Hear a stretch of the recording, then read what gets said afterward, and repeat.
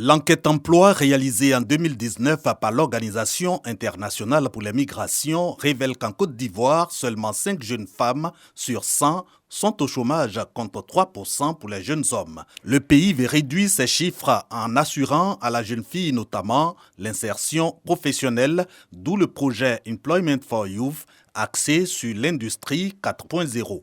Il s'agit d'optimiser la production, la qualité, la flexibilité et la personnalisation des produits tout en réduisant les coûts, les déchets et les risques. Nous avons fait l'analyse que tout pays qui développe son industrie 4.0 doit pouvoir faire jouer un rôle essentiel à chacun de ces acteurs.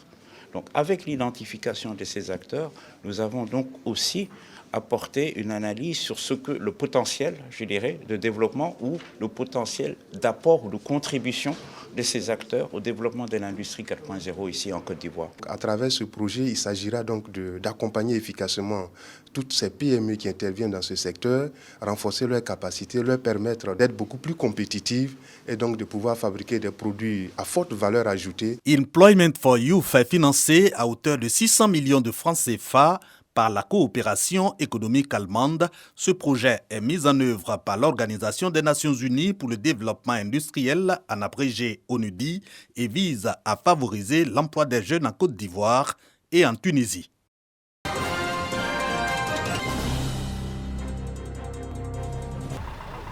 Semaine de sensibilisation des automobilistes au respect du code de la route et à la prudence en ces périodes de fêtes de fin d'année. Les autorités de la ville de San Pedro veulent ainsi réduire le nombre d'accidents de la route. Les fêtes de fin d'année, on va faire beaucoup de sensibilisation.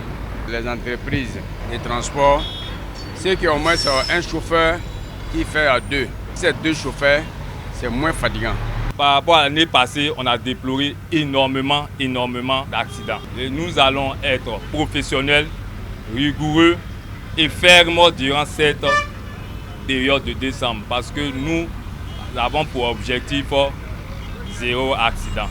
L'atteinte de cet objectif de 0 accident passe par le thème de cette semaine de la sécurité routière qui est cohabitation des usagers de la route et protection de la population. Nous rappelons aux transporteurs, aux conducteurs des véhicules de transport de respecter le code de la route, d'être polis envers les usagers et vraiment d'éviter l'excès de vitesse.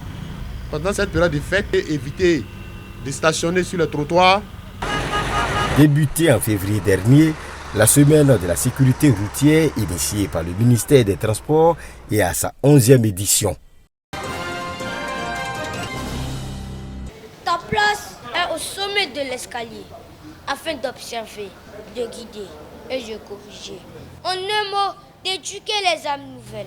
C'est notre modeste façon de rendre un hommage à tous les enseignants et en particulier à notre pépé professeur Kobi Assa.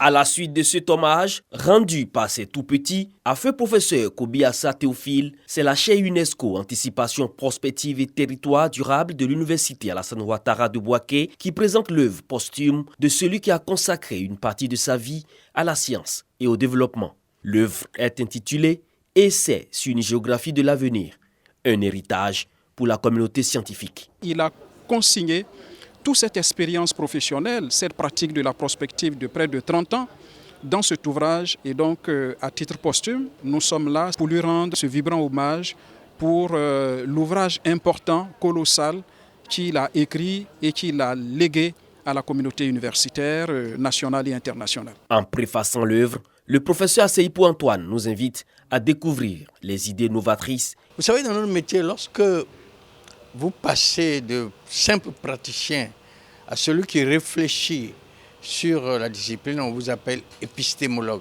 Il n'y en a pas beaucoup parce que cette discipline réflexive n'attire pas beaucoup de gens. Mais il a le mérite de faire de l'épistémologie l'un des axes de son enseignement. Il restera un grand parce qu'avec l'activité intellectuelle, on ne meurt pas. Cet ouvrage, le premier du genre sur la prospective ivoirienne, présente dans ses lignes des idées, des modèles adaptés au développement de la Côte d'Ivoire. Décédé le 25 décembre 2022, le professeur Kobi Assa Théophile était professeur titulaire de géographie.